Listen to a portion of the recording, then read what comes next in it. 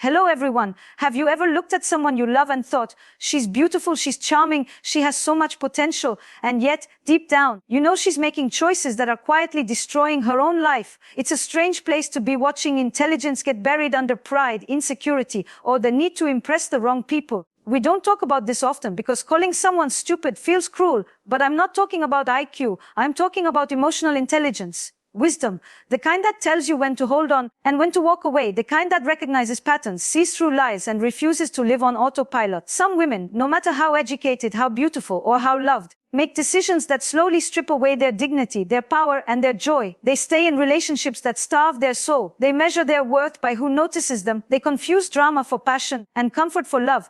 The truth is, foolishness isn't about lack of knowledge. It's about refusing to learn. And wisdom isn't about age. It's about awareness. Today, we're going to talk openly about the signs that separate a wise woman from a foolish one. Not to judge, but to illuminate. Because once you see these patterns, you can never unsee them. Have you ever noticed how foolishness doesn't always look foolish at first? Sometimes it wears lipstick and a perfect smile. Sometimes it's dressed in confidence that is only skin deep. Sometimes it's masked behind endless charm, behind the kind of laughter that makes you forget, for a moment, what's really happening underneath. I've met women who could quote poetry, run a business, win over a room of strangers, and yet when you look closer, you realize they're making choices that would sink a ship in calm waters. And the irony is, most of the time, they have no idea they're doing it. The first sign of a foolish woman isn't loud. It's subtle. It's confusing attention with love. You can see it in the way her eyes light up when a stranger compliments her, as if that tiny flicker of validation can suddenly rewrite her worth. She might have a partner who cares for her deeply, friends who adore her, even children who look up to her, yet she still feels the need to be seen by anyone else. Not because she's bad, not because she's vain, but because somewhere deep inside, she's been taught that her value is conditional, that it exists only when someone else is looking. A wise woman understands that attention is the cheapest currency in the world. It costs a person nothing to give it to you. Love, on the other hand, is investment. It's time, consistency, sacrifice. Attention is a spark. Love is a fire. And a foolish woman will chase spark after spark, never realizing she's blowing out her own flame in the process. The second sign reveals itself in relationships. And this one is harder to watch because it's slow, almost invisible until it's too late. It's staying where she is disrespected because she fears being alone. I've seen this so many times. She tells herself, it's not that bad, he's just stressed. All couples have problems, and she learns to swallow her hurt like a bitter pill day after day until she no longer notices how heavy it sits inside her. She begins to negotiate with herself about what she deserves. She will say, at least he comes home at night, or he doesn't hit me, so it's fine. But here's the truth that a wise woman knows. Loneliness in the wrong relationship feels heavier than loneliness on your own. It corrodes your self-worth, it makes you smaller, and it teaches you to find comfort in discomfort. A foolish woman thinks being alone is the worst thing that can happen to her, so she stays, not realizing that the worst thing isn't being alone. The worst thing is losing yourself while someone else still calls you theirs. These two patterns, seeking validation from anyone and settling for less than respect, are connected. They both come from the same root. An inner emptiness that no one else can fill. You can try to patch that emptiness with compliments, with company, with chaos, but the hole will remain until you decide to fill it from within. And that's where the quiet tragedy of foolishness lies. It's not that she doesn't have the ability to be wise. It's that she hasn't yet faced herself long enough to realize she already has the tools. The women who transform, who step into wisdom, don't do it because someone shamed them or told them what to do. They do it because one day they wake up and say, enough pretending that crumbs are a meal. Enough confusing noise for connection. Enough thinking that someone else's gaze is the light they need to see themselves. And when that day comes, it's not loud. A shift, a knowing, like the moment you realize you've been breathing shallowly for years, and suddenly you take the deepest breath of your life. But until that moment comes, the signs are there, small, steady, easy to miss if you're not paying attention. That's the thing about wisdom. It often arrives disguised as discomfort.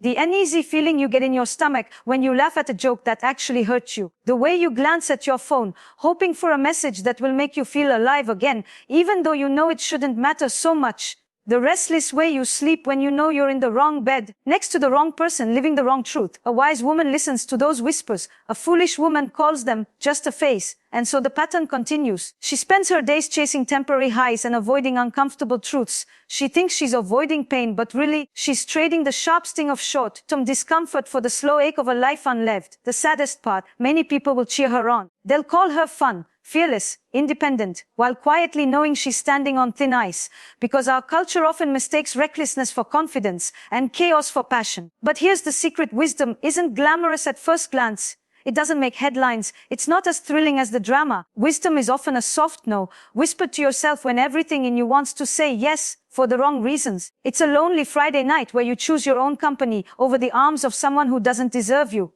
It's walking away from the table when love is no longer being served. That's why these first signs matter, because the moment you start to recognize them, you're no longer blind.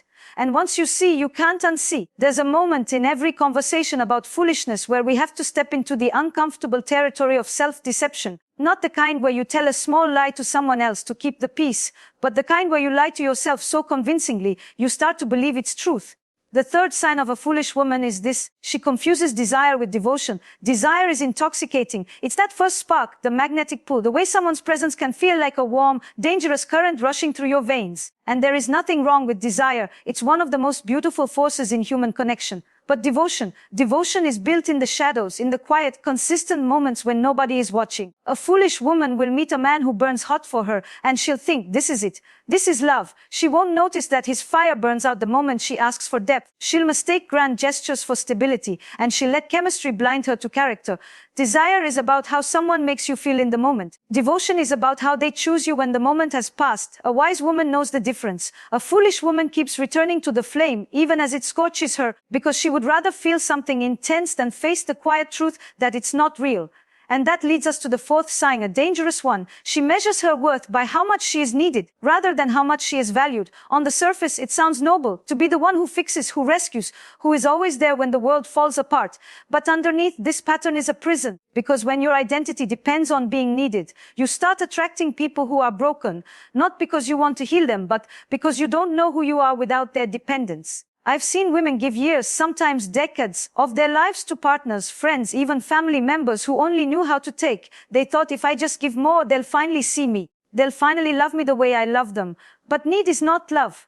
In fact, need without respect will drain you until there is nothing left to give. A wise woman knows that love should not feel like a full-time rescue mission. She understands that real connection is not built on constant sacrifice, but on mutual nourishment. A foolish woman, however, keeps pouring from an empty cup, convinced that if she empties herself completely, she'll finally be enough. And here's where it becomes truly painful, because when she's been giving and still feels unseen, she doesn't step back to question the relationship. Instead, she questions herself. She wonders what's wrong with her, why she isn't enough, and in that spiral she becomes even more desperate to prove her worth, locking herself deeper into relationships that are quietly eroding her soul. What's even more dangerous is how invisible this pattern can be to the outside world. People see her as strong, selfless, endlessly loving. They applaud her for being the rock.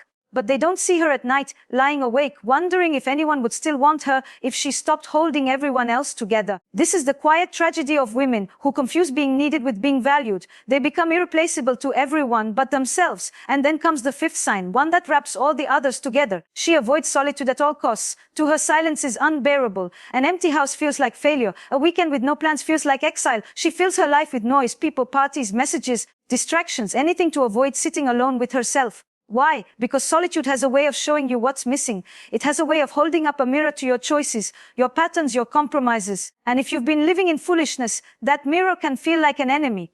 But here's the paradox: solitude is where wisdom is born. When you're alone, you hear your own voice without the static of other people's expectations. You remember what you like without being told what you should want. You feel your own rhythms, your own needs, your own truth. A foolish woman runs from this. A wise woman leans into it, not because it's always comfortable, far from it, but because she knows that facing herself is the only way to stop repeating the same mistakes. The avoidance of solitude is dangerous because it creates a constant cycle of distraction. She moves from one relationship to the next without healing. She fills every moment with activity so she doesn't have to think about what's really wrong. And in doing so, she never gives herself the space to grow. This is why so many women stay stuck in the same patterns for years. They keep seeking something out there to fix what can only be fixed. Here, they think the right partner, the right friend group, the right distraction will finally make them whole. But without that inner stillness, without that willingness to sit in their own company, they're just rearranging the furniture in a house with a broken foundation. Foolishness thrives in noise. Wisdom thrives in quiet. There's something almost poetic about the way foolishness works. It's not loud. It doesn't always announce itself with chaos or scandal. Often, It moves quietly like a shadow, shaping the way a woman thinks, feels, and loves, until one day she doesn't recognize herself anymore. We've already seen how foolishness hides in chasing attention, staying where respect is absent, mistaking desire for devotion, living to be needed, and fearing solitude. But there are two more signs, and they are perhaps the most subtle, the most dangerous, and the most life-altering of them all. The sixth sign is this: she refuses to learn from pain. Now let me be clear, pain is not a lesson by itself. It's simply a signal. It's the body's way, the heart's way of saying something is wrong here. But if that signal is ignored, dismissed, or numbed, the same pain will return again and again, wearing a different face, a different story, but always carrying the same message. A foolish woman will endure heartbreak, betrayal, disappointment, and instead of pausing to ask, what was my role in this? What did I miss? What must I do differently next time? She will rush to cover the wound with something new, a new partner, a new distraction, a new goal, anything to avoid sitting with the sting long enough to understand it. And so, the patterns repeat, different names, different seasons, same outcome. She may even begin to believe that love is supposed to hurt, that trust is always temporary, that joy is always followed by loss. She builds her entire worldview on the foundation of repeated pain, never realizing that the real tragedy isn't the wound itself, but the fact that she never allowed herself to heal. A wise woman doesn't glamorize suffering, but she respects it. She knows that every heartbreak has something to teach her. She sits with the ache, not because she enjoys it, but because she understands that running from it will only invite it back over and over until she finally learns what it came to show her. The refusal to learn from pain creates a dangerous blindness. A woman can go decades thinking she's unlucky in love, when in truth, she's simply refusing to look in the mirror that each disappointment offers her. And that's what keeps her from growing, not the heartbreak itself, but her unwillingness to face its truth. Which brings us to the seventh and final sign of a foolish woman. She treats wisdom like something that will come later. It's one of the most common lies we tell ourselves. I'll figure it out when I'm older. I'll start choosing better when I've had my fun. I'll heal when I meet the right person. But wisdom doesn't arrive like a package you ordered years ago that finally shows up on your doorstep. It's built moment by moment, decision by decision, in the present. A foolish woman treats the present like a trial run, as if life will really start once she's ready. She spends her 20s ignoring the red flags because she's too young to settle down, her 30s staying in situations she's outgrown because it's not the right time to make a change, her 40s waiting for the perfect moment to finally prioritize herself. And in doing so, she sacrifices years to the idea that she has more time than she actually does. The wise woman understands something deeply uncomfortable. There is no later. There is only now. If you want to break the cycle, you have to start here, in this moment, with the truth you have in front of you. And here's where the conversation turns from signs to choices. Because identifying foolishness is only the first step. What matters most is what you do once you see it in yourself or in someone you love. For many women, the shift into wisdom begins quietly. It's not always triggered by some dramatic breakup or a rock bottom moment. Sometimes it's a slow, almost imperceptible awakening. One day she's sitting at the dinner table, listening to someone talk over her yet again, and instead of swallowing her voice, she says, "No, I have something to say." Other times, it's more dramatic, a betrayal that cracks her open so wide she has no choice but to rebuild from the ground up. And in that rebuilding, she realizes she can design something new. The most important part of this transformation isn't the specific event. It's the decision to respond differently than she has in the past. It's the moment she recognizes that later is a myth, that enough is a decision, and that no one is coming to rescue her from the patterns she keeps repeating. A wise woman does not arrive fully formed. She is built from the ashes of the versions of herself she had to let die, the self that begged for attention, the self that stayed where she was diminished, the self that thought passion was enough, the self that believed her worth was tied to how much she gave, the self that feared being alone, the self that ran from pain, the self that postponed her own becoming. To step into wisdom is to grieve all those selves and then thank them. Because even in their foolishness, they were doing their best to protect her. They were using the tools they had at the time. And now she has better ones. The turning point for many women comes when they realize that being wise isn't about never making mistakes. It's about refusing to keep making the same ones. It's about slowing down enough to hear the whispers of your own intuition and brave enough to follow them, even when they lead you away from comfort. Wisdom is not a crown you wear. It's a practice you live. It shows up in the way you choose partners, in the way you speak your needs, in the way you guard your boundaries like the gates to your peace. It's not about knowing everything. It's about knowing yourself deeply and without apology. And that's why when a foolish woman finally steps into wisdom, you can feel the change in her without her saying a word. She moves differently. She speaks with a clarity that makes you listen. She no longer chases the spark. She builds the fire. She doesn't beg to be chosen. She chooses herself first every single time. It's not an easy journey. It's not quick. And it's not without loss. But the woman who makes it through will tell you that the cost of becoming wise is far less than the cost of staying foolish. The moment a woman decides she's done being foolish is rarely glamorous. It's not always accompanied by fireworks or a speech that makes the room go silent. More often, it's quiet. A slow exhale after years of holding her breath, a stillness in her bones that says no more. Sometimes it happens on a random Tuesday morning when she wakes up in a bed that feels like a stranger's, next to a man who stopped looking at her with love years ago. Other times it happens in the middle of an argument when she suddenly realizes she doesn't care to win, she just wants peace. And sometimes it's not even triggered by pain at all. Sometimes it's sparked by a glimpse of something better, the way she feels after a weekend alone, the way her heart lifts when she spends time with people who truly see her, the ease of living without pretending. This shift is the hardest part because foolishness, for all its flaws, is comfortable. It's familiar, it's a pattern you've danced so many times you know every step, even with your eyes closed. Wisdom, on the other hand, is unpredictable. It asks you to move differently, to speak differently, and that is terrifying. A woman moving toward wisdom must first make peace with loss. She will lose the relationships built on her silence, her people-pleasing, her willingness to bend until she broke. She will lose the thrill of chasing temporary validation, and with it, the intoxicating rush of being desired for the wrong reasons. She will lose the illusion that she can fix someone by loving them enough. She will lose the noise she once used to drown out her own truth. And at first, it feels like she is losing everything. But what she is really doing is clearing the space for something better to arrive. One of the most transformative steps in this journey is learning the art of boundaries. For a foolish woman, boundaries often feel like walls, harsh, cold, built to push people away. But for a wise woman, boundaries are doors with locks she holds the key to. They don't shut the world out. They simply control who gets in and how far. This is where the shift becomes visible. A foolish woman will answer every call, show up for every favor, accept every apology no matter how hollow, because she fears that saying no will cost her love. A wise woman understands that no is not rejection. It's protection. She doesn't fear the loss of people who can't respect her limits because she knows they were never truly hers to begin with.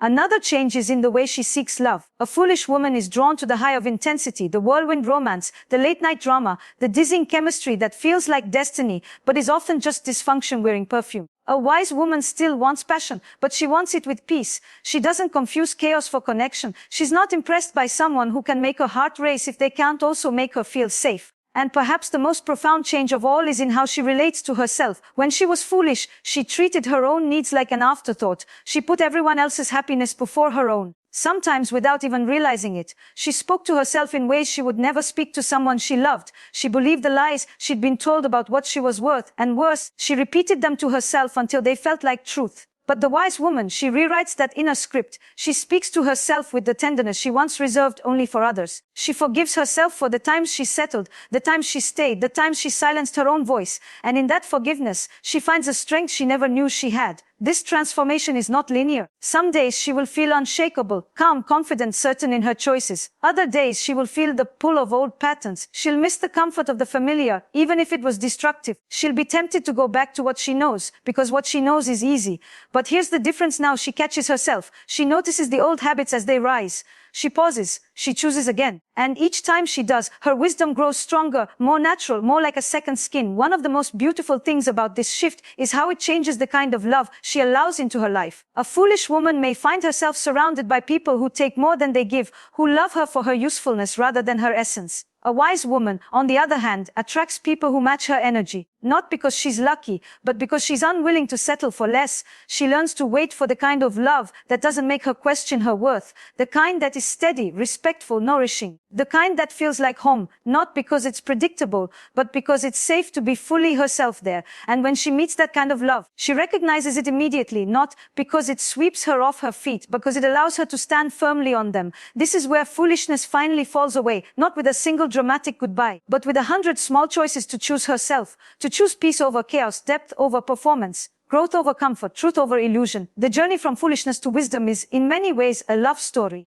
Not between her and another person, but between her and herself. It's the story of a woman learning to see her own reflection without flinching, of hearing her own voice and trusting it, of looking at the life she's built and knowing, deep down, I chose this, and I chose well. And the beauty of it is that once she makes that shift, there's no going back. The patterns that once trapped her lose their hold. The people who once drained her drift away. The fear that once silenced her becomes a memory she thanks for its lessons. She's not perfect. She still makes mistakes. She still stumbles. But she no longer lives in the dark, hoping for someone else to light the way. She carries her own match, her own fire, her own wisdom. Wisdom is not the absence of foolishness. It's the mastery of it. A wise woman doesn't look back at her younger, less aware self with shame. She doesn't cringe at the mistakes she made, the people she chose, the nights she cried over things that would one day seem so small. No, she looks back with compassion, because she knows that without those choices, without those heartbreaks, without those lessons, she wouldn't have the clarity she has today. Every foolish decision was a stepping stone to the woman she has become, and the beauty of this understanding is that it softens her,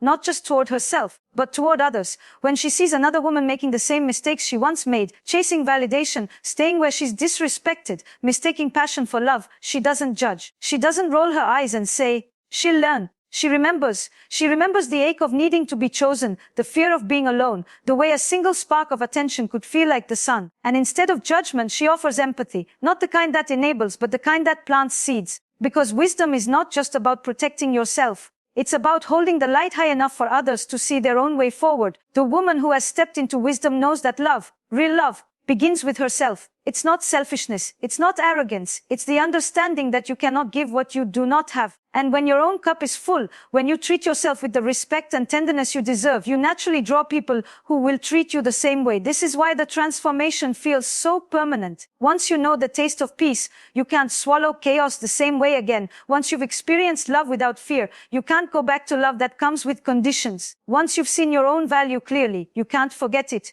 Not for long. And here's something that might surprise you. A wise woman is not unbreakable. She still has moments of doubt, days where her confidence wavers, times when old wounds ache. The difference is that now, she doesn't confuse those moments with her identity. She knows they are just passing weather in the climate of her life. She has learned that she can feel weak without being powerless, lonely without being lost, hurt without being destroyed. This is the gift of wisdom. It doesn't remove pain, but it changes your relationship to it. It doesn't promise that you'll never fall, but it teaches you how to land without shattering. And maybe the most liberating part, she no longer needs everyone to understand her. A foolish woman often explains herself endlessly. Why she left, why she stayed, why she chose differently this time. She wants validation for her decisions because she still fears being wrong. A wise woman, she doesn't argue with those who are committed to misunderstanding her. She knows her choices are hers alone, and the only person who has to live with them is herself. Her energy becomes precious. She invests it in people and places that nourish her. She becomes intentional about where her time goes because she knows that time is not infinite,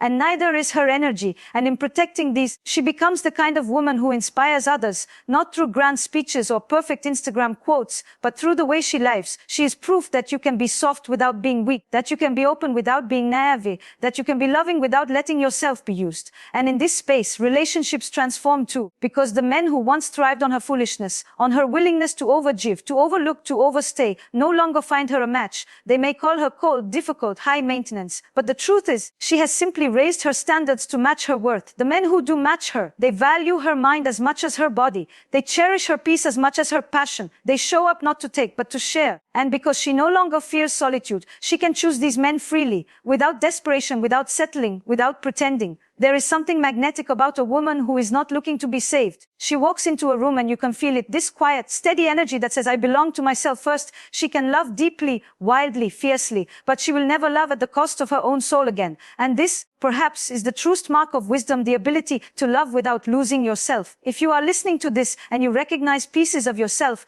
in the foolishness we've talked about, don't run from it. Don't shame yourself for it. Every wise woman you admire once stood where you stand now. The difference between who she was and who she became was not luck, not age, not even experience. It was choice. The choice to listen to the whispers of her own intuition instead of the noise of the world. The choice to step away from what was familiar but unfulfilling. The choice to face herself in the mirror and decide that she was worth more. And you can make that choice today. Not tomorrow, not when it's convenient, not when you feel ready, because you will never feel entirely ready to let go of something that has defined you, even if it's been hurting you for years. You just have to decide. Decide that attention is not love, that respect is not optional, that passion without stability is just fire without a hearth, that your worth is not measured by what you give away, but by what you protect. That solitude is not a punishment, it's an invitation. That pain is not just something to survive, it's something to learn from. That wisdom is not for later, it's for now. And when you make that decision, you will feel the shift, slowly at first, a little awkward,